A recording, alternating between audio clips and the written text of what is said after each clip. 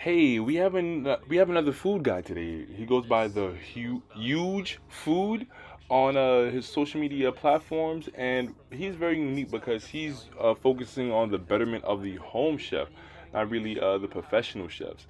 And he's also letting you know how well to use a knife and how important the knife work is. Look at that. Look at that butternut squash being cut seamlessly. Look at those precise chops.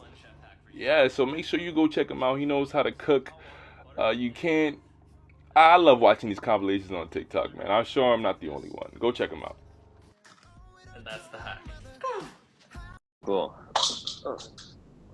Welcome back to another episode of Important Miscellaneous Talks. I am your host, Glassfield Crossfield, and we are changing the world one podcast at a time. Our wonderful guest, please introduce yourself.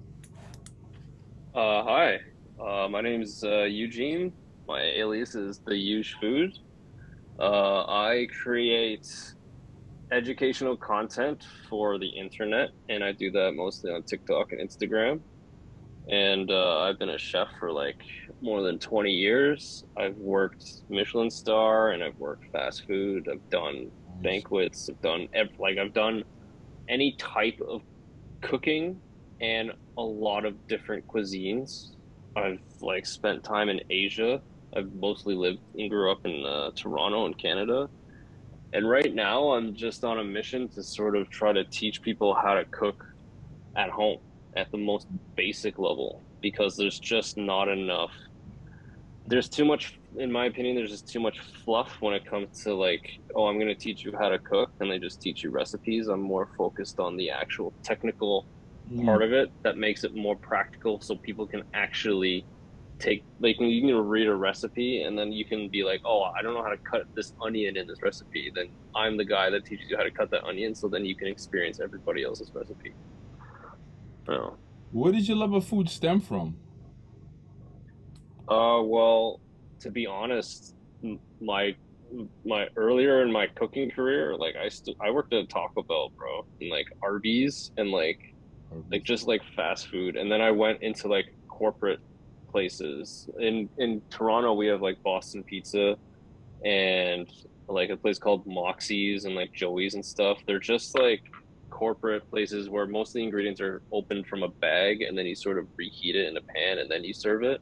So it's not really like they don't really care about food. They say they care about food, but they don't. And at to be honest, at that time, I didn't care about food either. I actually started working in fast food and all those places because of my friends, and my friends Mm. would work there. So what attracted me to the food industry was not actually the food in itself at the beginning, but really just I got to be in an environment, in a work environment where I could actually be myself. Because I was a really weird dude when when I was young. I was an odd guy. I was not a normal guy. And any normal job I would get like fired or let go because I would talk too much and I would say a thing that wasn't appropriate. But in a kitchen, you can swear and you can literally be you. And that's the one thing that attracted me. And so when I was there, um, some dude that came from the Michelin star level got a job with us, and then he started making stuff from scratch. He started pulling out all the ingredients individually, and he made a Taco Bell? dish. This one was at a Moxie's actually, and just like not at a Taco Bell, like there's only like 20 things for you to make. Like there's only so many things you can put in a burrito and then eat it. It's like, I mean, it was good. It's like you try to stuff as many nacho cheese and like nachos in a burrito with some beef and see if it tastes good. And it's like that's their combination of doing things, right? But Mm. then like some guy from a Michelin star level, he came in and he made something, and I was like, oh my god, this is really cool, and this actually tastes good. And then from there, I was like, how where'd you learn how to do this? It's like, oh, I went to culinary school, I did blah blah blah blah blah blah. I'm like, cool, I'm gonna do that now, and I did. And so I just sort of kept working my way up through like Toronto restaurants and stuff, tried to work for like the most famous celebrity chefs in Toronto, and I did. And then I eventually tried to do that in Asia, and I also did that. Mm.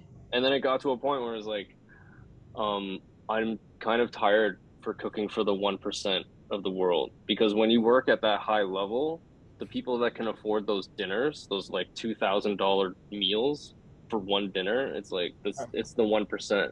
Yeah, man, like the menus are crazy, guy. And they should be because the amount of expertise and skill that's required to actually execute Mm, those crazy things, it's like you should be paying that much because it's not just you're paying for the food as substance to stay alive. You're paying for an experience, which a lot of chefs think about and practice for a long time. Yeah, got you. yeah, So man. you talk about cutting the food a lot. So how important would you say that is when making a meal? When making what? When making a meal, How important it is? yeah, how important the cutting is.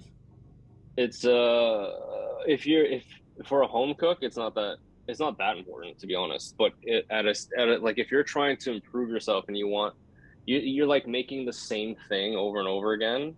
Like let's just say you're making like a spaghetti bolognese and like you make it all the time. You buy Classico, right?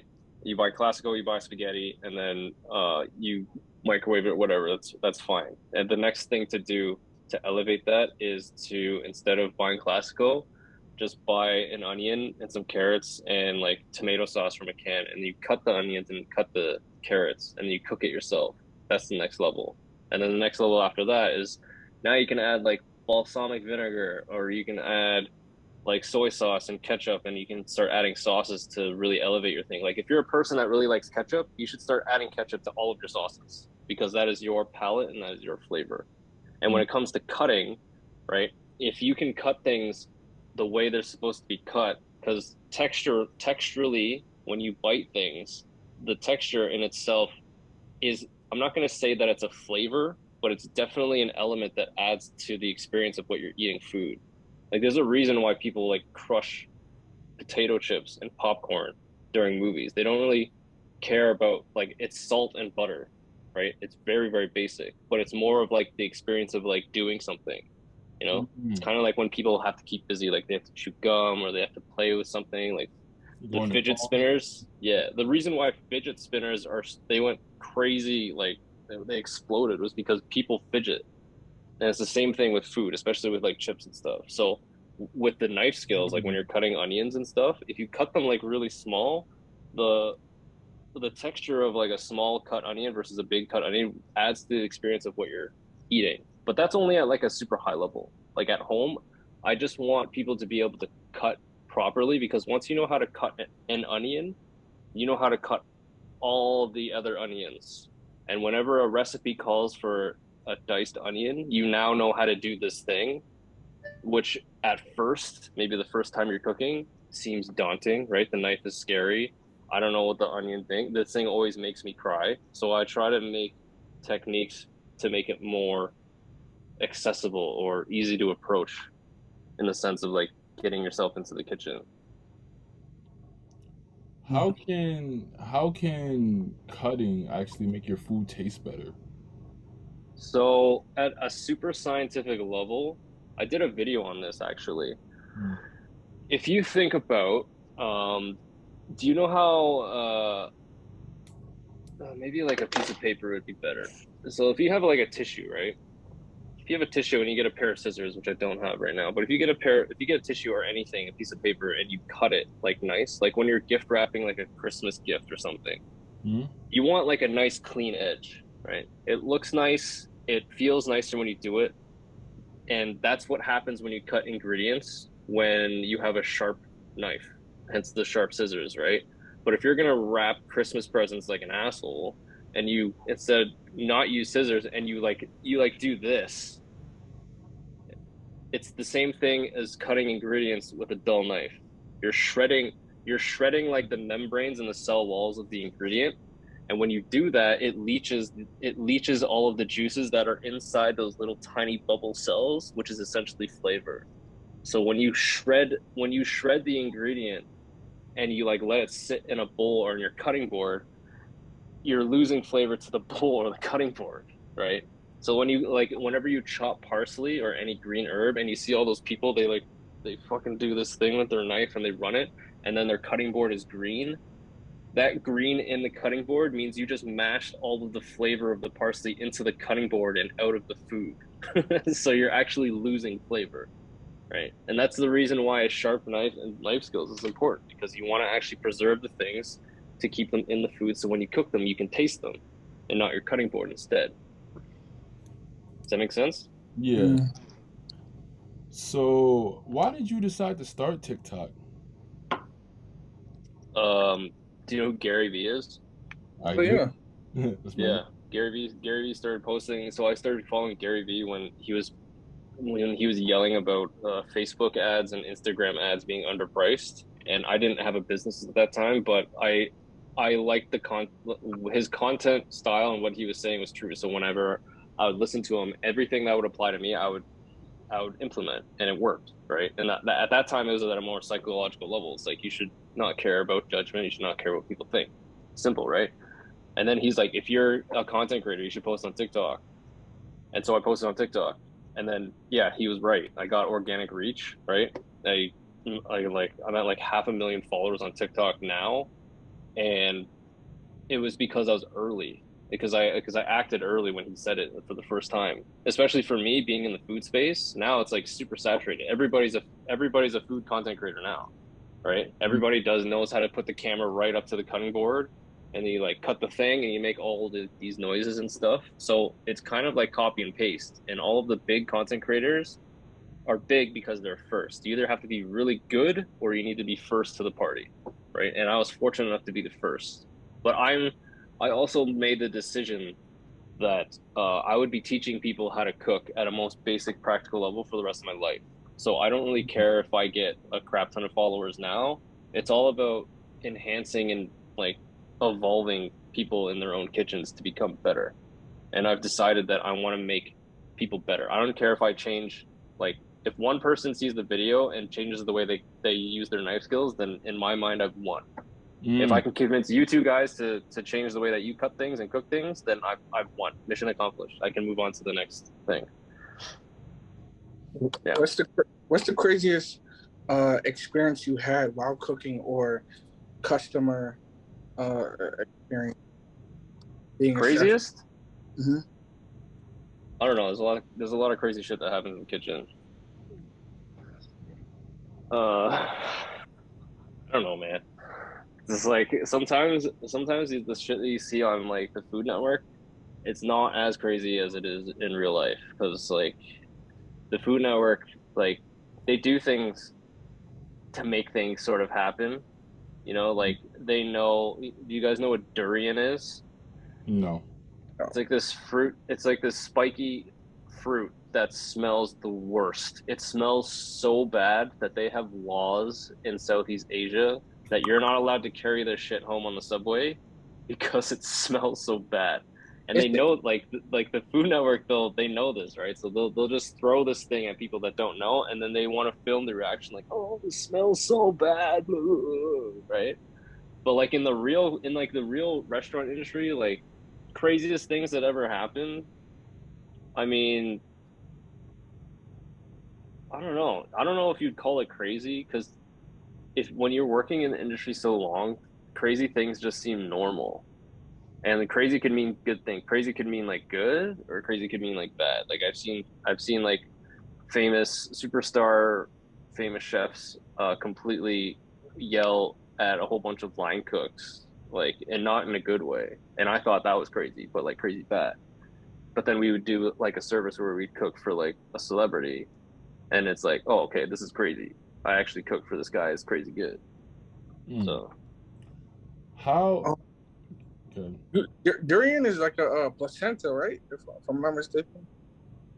it's like a giant spiky ass, like weirdly shaped thing that grows on a tree, and inside it's like they're almost like lobes inside. It's gross. Some people, you either love it or you hate it, but I don't like durian. It's gross. How sanitary would you say the average restaurant chef is? Good question. Have you seen the movie Waiting? I have not. All these food themed. I'm not up to. Okay, so there's this is like an old movie. This is one of Ryan Reynolds' first like films ever. And it's it's a movie about just like what really happens in like these family style restaurants and how gross it is and how like people spit in your food and all that stuff. But it's a movie. But in real life, how sanitary, you know what? I can't speak for a lot just because there are different standards for different places in the world. In like I know the standards in North America, and I've also worked in Asia, and they have different standards. They have a completely different style of kitchen, the way they work there, right? Their recycling and their garbage and their waste disposal is completely different than ours in North America. So I'm going to assume the question is geared towards North America, and it really depends on how nice the restaurant is. You know, you're not going to get real sanitary if you go fast food, but if you go into like the nicer places, it's going to be a lot nicer. On average, from my experience, chefs are pretty clean. There are some bad apples though. I would say like maybe 5% are bad. But if you want real good quality, you want to go to the restaurants where the kitchen is on the outside, where you can see the chefs work.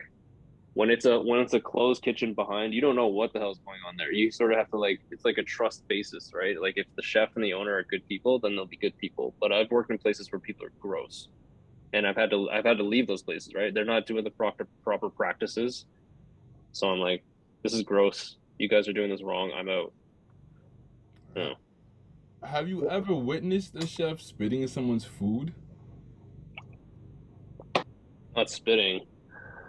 I don't even want to say, but not spitting.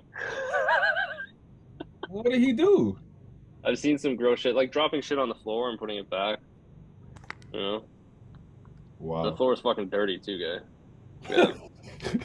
Yeah. Some people are just lazy, but it sucks because, you know, like back then I was so new and I was so green, and I wasn't fucking brave enough to actually say, hey, you shouldn't do that, because like the guy that was doing it, he's like gonna, like most of the people that do that, they already have their own problems and they're really angry, and there's a lot of angry cooks.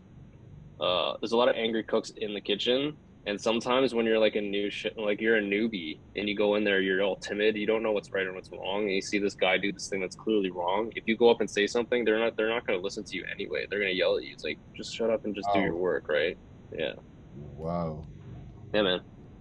What are your top 5 favorite dishes to make, and what are some dishes that you avoid at all costs to make?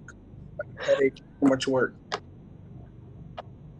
To be honest, right now I'm on a diet because I'm getting fat, and so I like cut out carbs, so no rice, potatoes, and no, well, not no, just like Minimal. super minimal at the moment, because like I just had a son. He's almost 7 months now, so now I'm worrying about my long-term health to be able to take care of him and be in his life. Nice. But like my favorite thing is to cook. To be honest, if it's like a weekday, anything fast, like super, like salads are fast, like anything I can do quickly is what I go to, because I'm just trying to save on time because I have a lot of work to do. But like if I had time to actually cook and stuff, probably making sushi, because sushi, there's a lot of intricate cuts. It's fun. It's cold. You know, you don't have to like cook anything super hot, and you get to play with like a bunch of exotic ingredients and like things that I don't really like to cook. Um, Things that just take a super duper long time.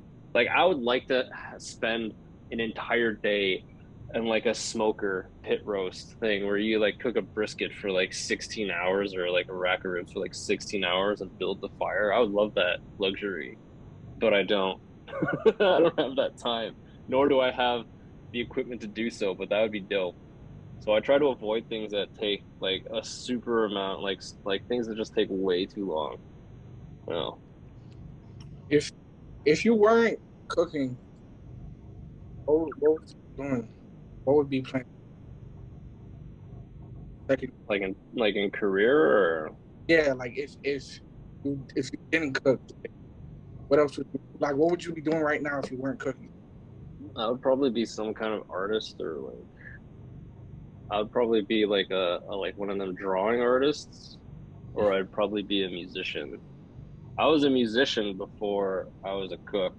I was I was in a band in my youth. Like we did the whole band thing, went to venues, played whatever for like 20 of our friends. You know, your closest posse would go to like show up and hang out at the venue, but by no means like a rock star. And my first college before I dropped out was in art school. So like I've been like more like an artist creator before I started cooking. But luckily cooking is kind of like an art form in its own. And now I create content which is now an extra art form on its own. And like you guys know, right? Podcasting is not easy. Being consistent is not easy. Doing the editing is not easy. So what you guys are doing is like really good. And I appreciate what you guys are doing. And it's good. Yeah, man. Yeah, that's really good. How long have you guys been doing this podcast? Late 2020s when we started. Yeah. 2020, that's good. It's been a long time, guy. Yeah, damn out. Yeah, end of this year be 2 years. Wow. Time really does fly. That's crazy. Congratulations, man. That's dope. Thank you. Yeah, man. What would you say? So, at what point in art school did you realize that you wanted to be a cook? I didn't realize I wanted to be a cook. I was working in a restaurant to pay for the art school. It's when I was at the art school, I realized I didn't want to go to art school anymore. Because the thing about art school, the thing about art on its own is that like real art isn't graded by numbers, A plus, B plus, C, whatever, right? It's like art in the real world is graded by how the market and how the world sees your art. Interpretation. And yeah, and as soon as you go to art school, it's like, okay, well, you need grades. You made this painting, and it's like it's purely subjective on what the professor or the teacher thinks about your art. And if the teacher doesn't like you, it's like, okay, well, you're getting a 50. Meanwhile, you probably spent like 72 hours straight to create this piece of art or whatever it is. And like the teacher can't see what you put into this. So they're just going to be a dick and then give you whatever, right? So the whole mere fact that like your art is graded on a scale, on like an absolute scale, made no sense to me. Because like I remember I did a project. It took me like 2 weeks to do, and I did really bad on it. But then on the opposite spectrum, for a different project, I didn't know what I was doing, and I showed up the day of and just made it up, and I got an A plus. So it's just like, Wow. yeah. So it's like it didn't make any sense whatsoever, and I didn't want to pay more money for a thing that I didn't really care about. And at that time, I was more interested in becoming a musician before even becoming like an artist or an art major and a cook. What would you say is the most important rule to know when cooking?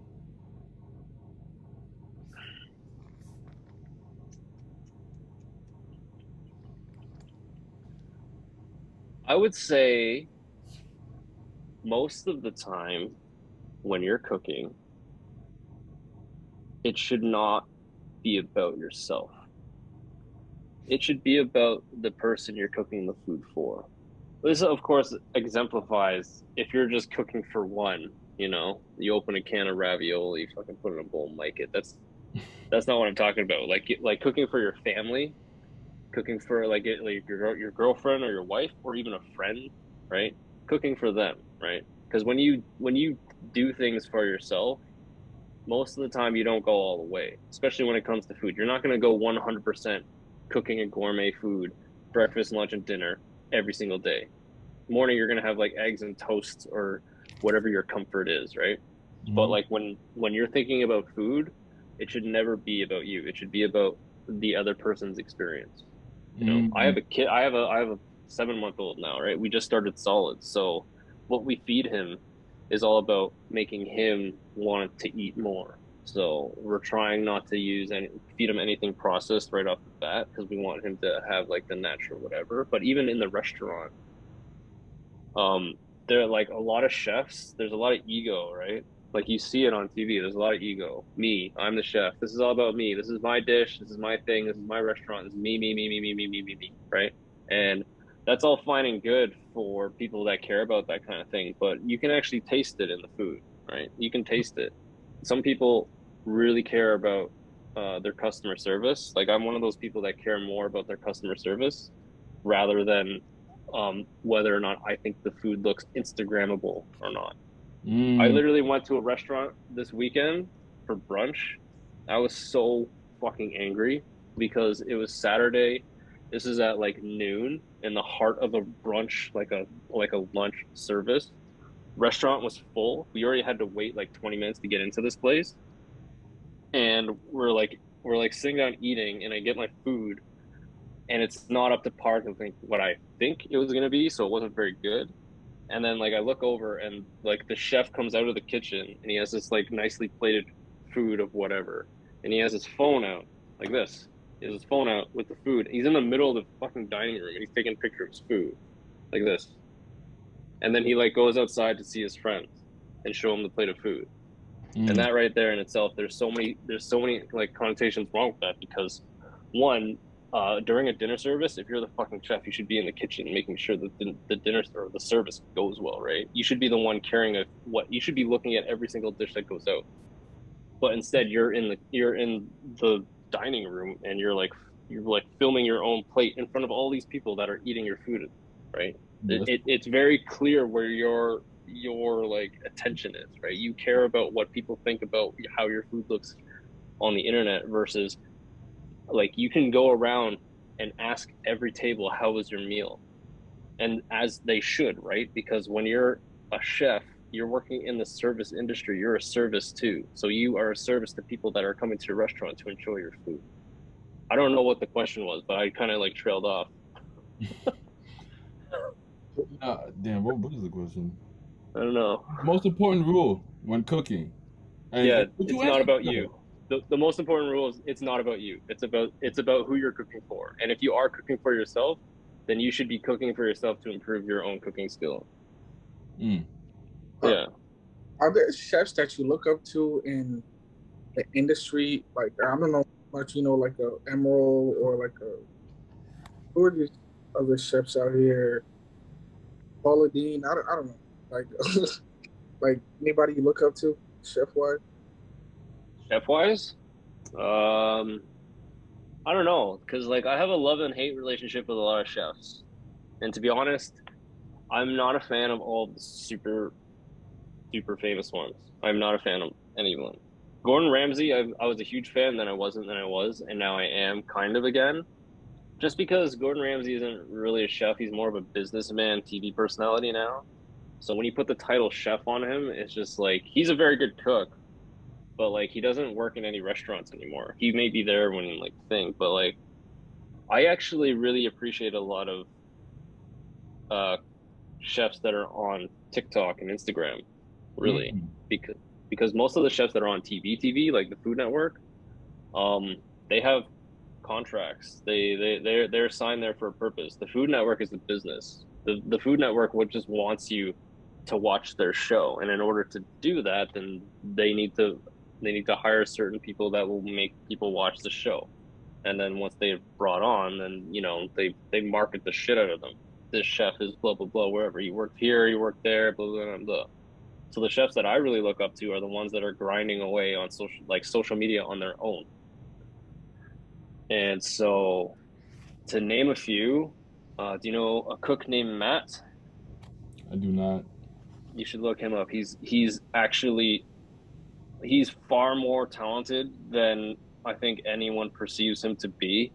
He is actually, if you look at his videos, he's not cookie cutting and copy and pasting what everybody else is doing. He's actually just like fucking around in his kitchen and just like combining random things that eventually will taste good. That's the mark of a true chef, is just being able to experiment. Another chef I really like is Chef Chris Cho. Chef Chris Cho. Yeah. He's a Korean guy based in Philly.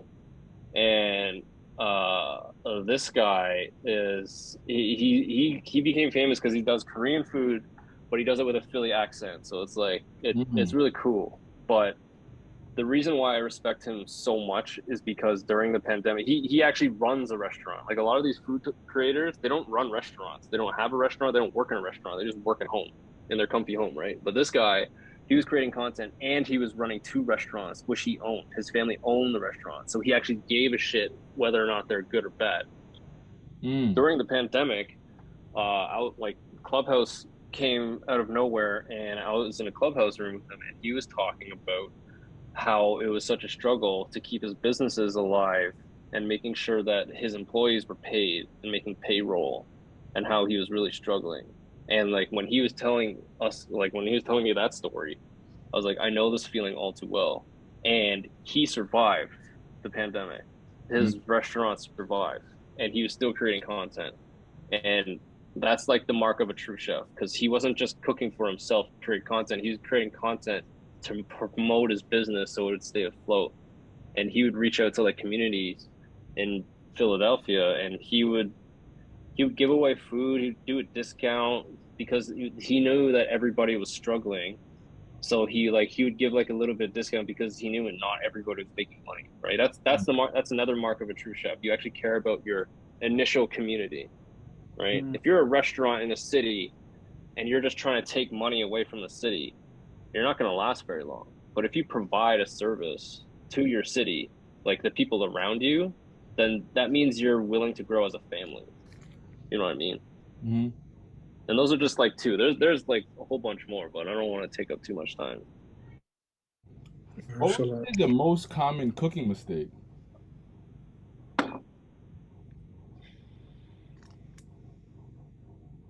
Maybe not adding salt. really? Interesting. That's interesting. Yeah. 'Cause sometimes I feel like people add too much salt.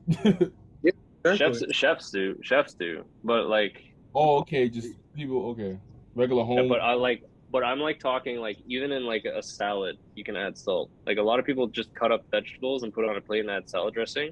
You can still add salt to that, People right? do it really? Wow. Yeah, you can add salt. Add salt to everything, but just like a little bit, right? You can add salt to whatever. You can add salt to water. You can add salt to water. You can add salt to coffee. You can add salt to shit.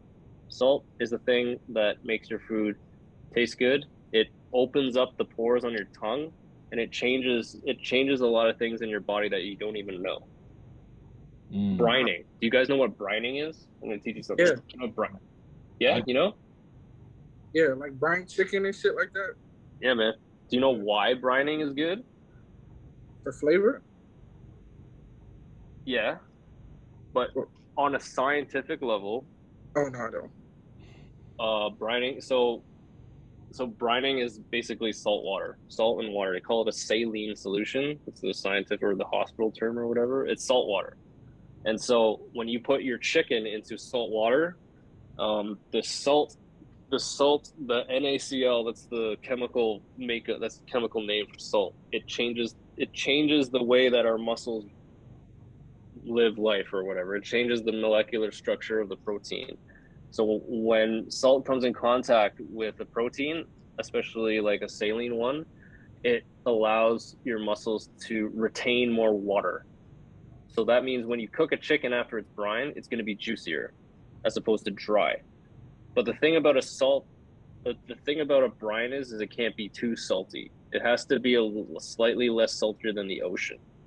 When you get too salty, it does the opposite effect by pulling out moisture out. That's why when you go swimming in the ocean, your skin is all dry and you like fucking need to like lotion. You like need to reapply your fucking lotion and your lips are dry and your fucking everything is dry. Like I'm always super dry when I come out of the ocean, right? That's because it's so salty that the salt is pulling moisture out of your body. But if you do less salt, like a 1%, 2% brine, the opposite effect happens. And it actually puts Mm. more moisture into your body. That's why in hospitals, you know, the bag, you know, that water bag they hang I. over the bed and stuff, the Mhm. IV. IV thing, that's a saline solution that's like a 2%. And so they have that bag and they plug it into your body because when you're in the hospital and you're sick, your body needs moisture. That's why when you're sick, they always tell you to drink water.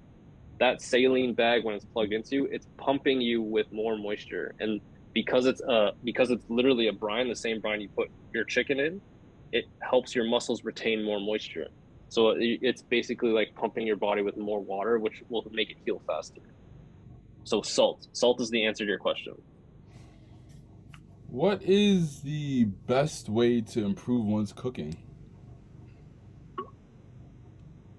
Um, Not to be angry at criticism.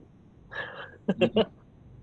When someone says something tastes like shit, instead of getting angry at them feeling that way, maybe you should taste your dish and see if it tastes like shit. I think that's a good piece of advice. Yeah, I mean, there are assholes out here that'll just say your chicken tastes whack because it's like just to be an asshole, just to hurt your feelings. But you know, if you own a restaurant, if you like, if you're at a cookout, you know, and you're cooking for like 50 of your family members, and you cook chicken, you cook a whole plate of chicken, with fucking 100 pieces of legs, right? And you cook them, and then one of your family, your cousin or whatever, comes and is like, "Hey man, I don't mean to be a dick, but your chicken's a little dry." And instead of saying, "Fuck you, chicken's dry," you're dry, and you just fucking and you just can't accept the criticism. I mean, you could go over to the plate of chicken, and if it's full, that means he's right. Because if it tasted good, the plate would be empty. All the chicken would be gone, right? It's what the people. It's like you should listen. You should listen to what people are telling you. You know. So yeah. What's the biggest piece of advice you have for an aspiring chef? Oh man, that's tough. It's different nowadays, man. Mm. It's different. You just have to be able to learn, constantly learn. Criticism, right? Like you have to, yeah, because you have to know that like being a chef and a cook, it's not just like, it's not like an end goal, right? It's not like a sports game. It's not like one game, right, where the time ends, game's over, you won, I lost, kind of thing, right? Cooking is like a thing. It's like a forever journey, and it's just like you don't just become a chef. You just like, it's a mentality. It's just like, okay, I've learned everything I could learn. I've tasted almost every ingredient in North America, all the produce, all of the tomatoes, all of the chickens, all of the steaks. I've tasted them all in North America. So now it's time to go to like Asia or maybe South America or Europe. They have different cows there. They have different fucking whatever there, right? So it's just a matter of being able to have that mentality to keep learning, but also not learning how to be an asshole along the along the way, because a lot of chefs are assholes, and like the arrogant, egotistical chef mentality is something that's been passed down to other chefs and stuff, which is why the term, like being a chef, you're synonymous for known for being really angry and just like bitching about everything. Yeah. You being okay, what's your go-to fast food spot and your go-to restaurant spot? What? Say that again. What's the first one? What's your go-to fast food spot and your go-to restaurant? Fast food is like noodles, pho, like pho. Vietnamese. Vietnamese noodles. Yeah, of course. Yeah, that shit's the best. This honestly, the place. Well, they're too far away now. But when I was younger, I swear to God, this place was faster than McDonald's. I don't know how the fuck they got it out, but I timed them once. They got it out in less than like 5 minutes, way faster than McDonald's. So go to is like noodles in a soup. What was the other one? Your go-to restaurant. Like go to restaurant is always like a sushi place. Mm.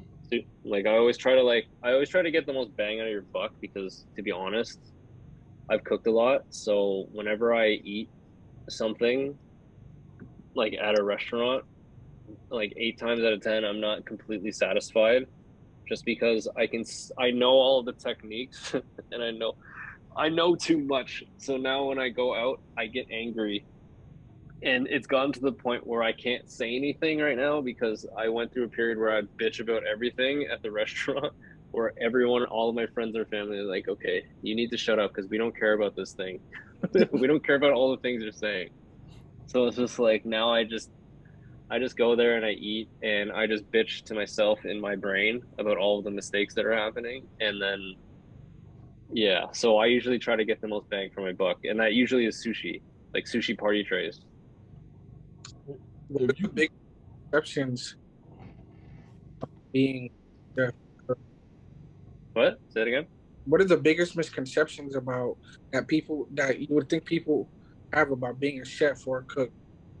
People think that we eat amazing all the time. We don't. We eat like shit. Even when you're in the restaurant.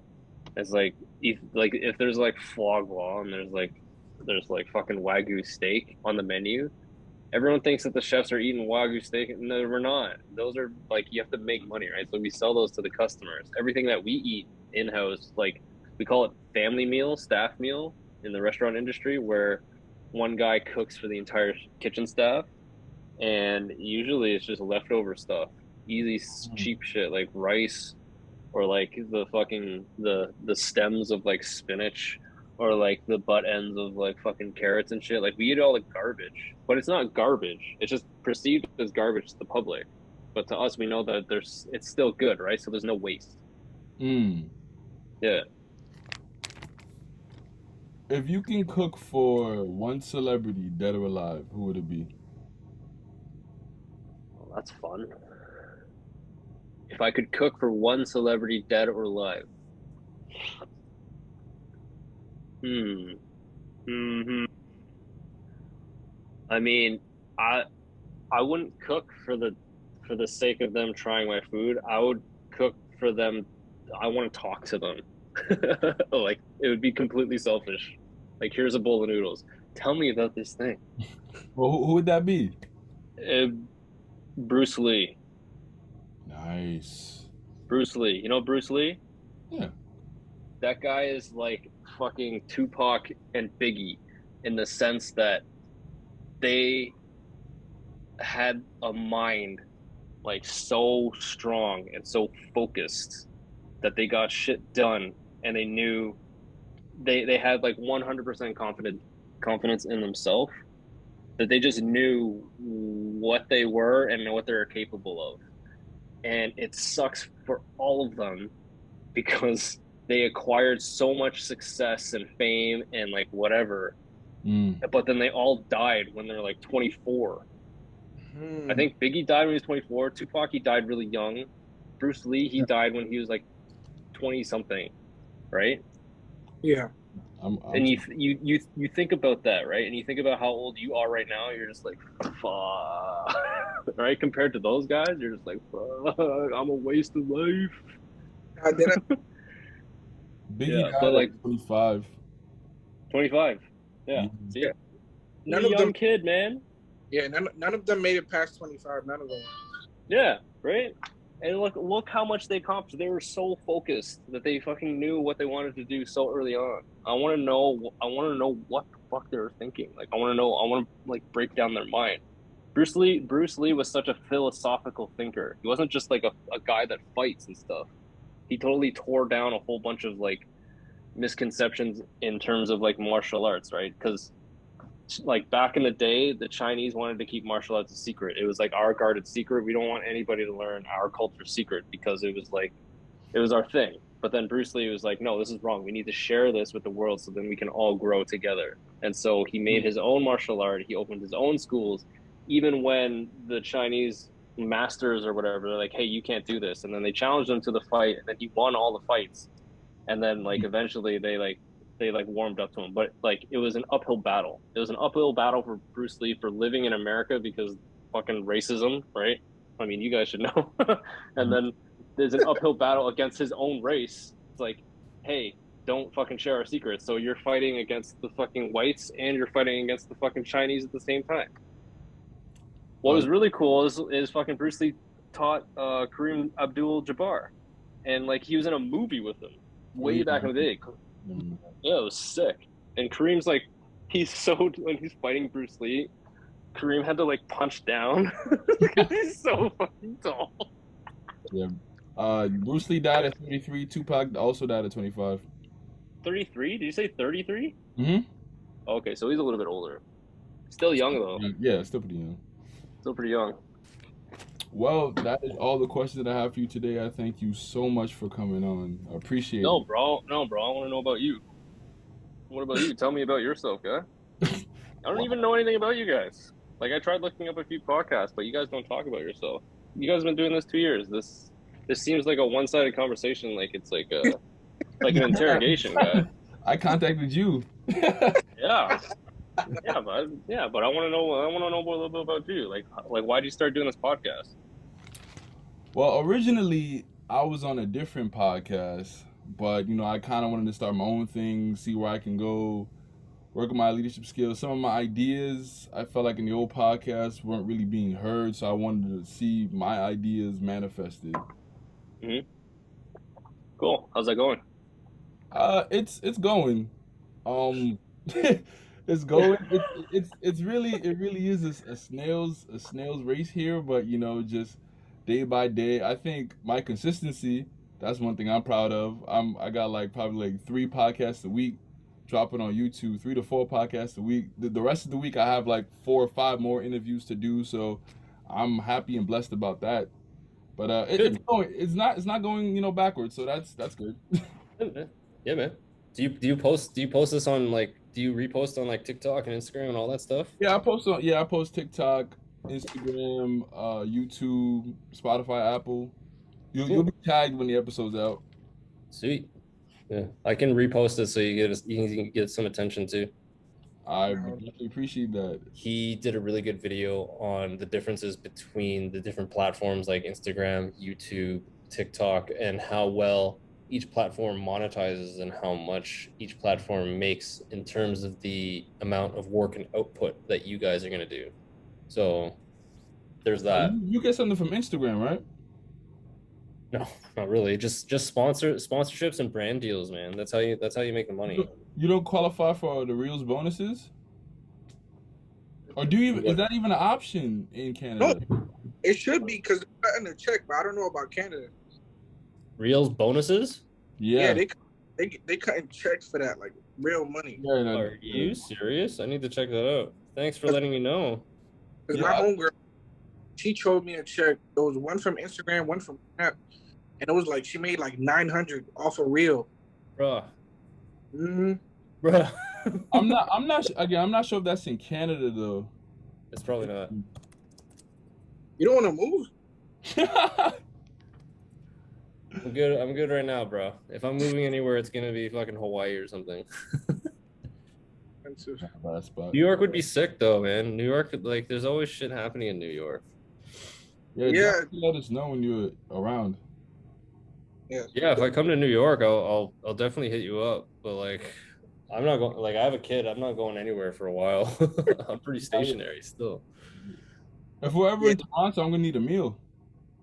Yeah, but if you come to Toronto, I'll fucking hang out with you. I mean, I don't know if I'll be able to cook with you because I live in a tiny ass place, but we can go somewhere to eat. Sure. Definitely down for that. Okay.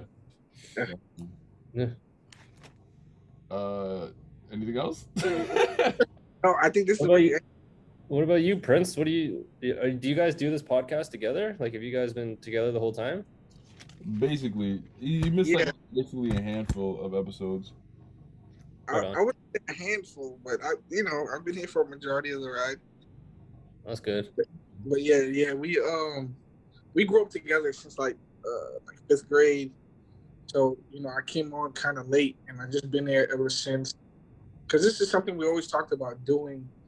Because we're very funny guys, and we always have these conversations offline. So just to record it and to bring it to life is we're just doing what we said we would do. But I'm pretty much just here for the ride, co-host type shit. I love it. Are you guys on like Clubhouse and Twitter Spaces? Nah, not really. You should do that because it's because if you think about it, podcasting is it's an audio form of consuming content, right? So people are going to listen to your voices, my voices, all voices, right?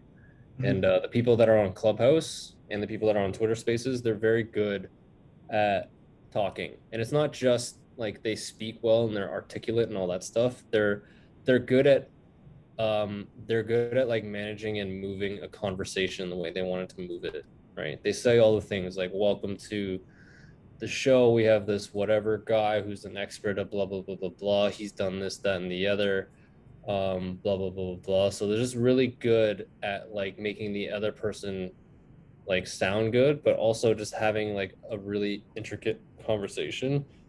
I think it would be a great benefit for you guys to actually try to get on more audio first platforms more than anything, because you guys are audio, because you guys, podcasting is audio, right? Like, I listen to podcasts when I like work out or if I'm driving in the car. I never consume podcasts when I'm just at home because I consume other things, right? Mm-hmm. Yeah. I didn't know Clubhouse was still lit. Well, Clubhouse is kind of like plateaued a little bit, but there's still value in there, right? It's like the most important thing is like trying to figure out how like all the people that have 1 million followers, like figure out how they got 1 million followers. A lot of them were first. Like if I stayed on Clubhouse, I would have 1 million followers too, but it's just not enough time. right? Mhm. Very last. Yeah, man. All right, I gotta go, but it was nice talking to you guys, man. Good job. Keep it up. Thank you. Thank you. What's your Instagram? Yeah, man. Let me know.